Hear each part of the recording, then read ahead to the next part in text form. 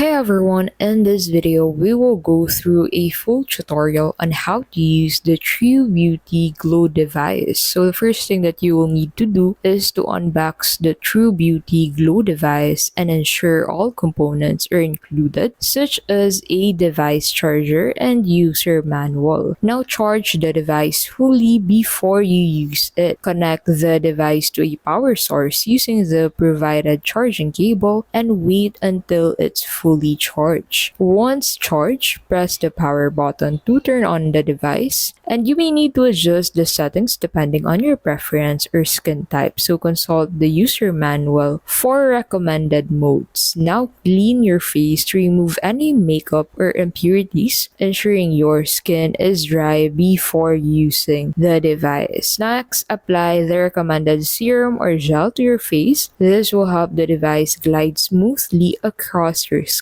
and enhance its effect. Now gently move the device in circular motions on your face, focusing on areas that need extra attention, such as under your eyes or on your forehead. After using the device for the recommended time, turn it off by pressing the power button, and finally clean the device with a soft cloth and store it safely for your next use. Thank you so much for watching, and we'll see you in the next video.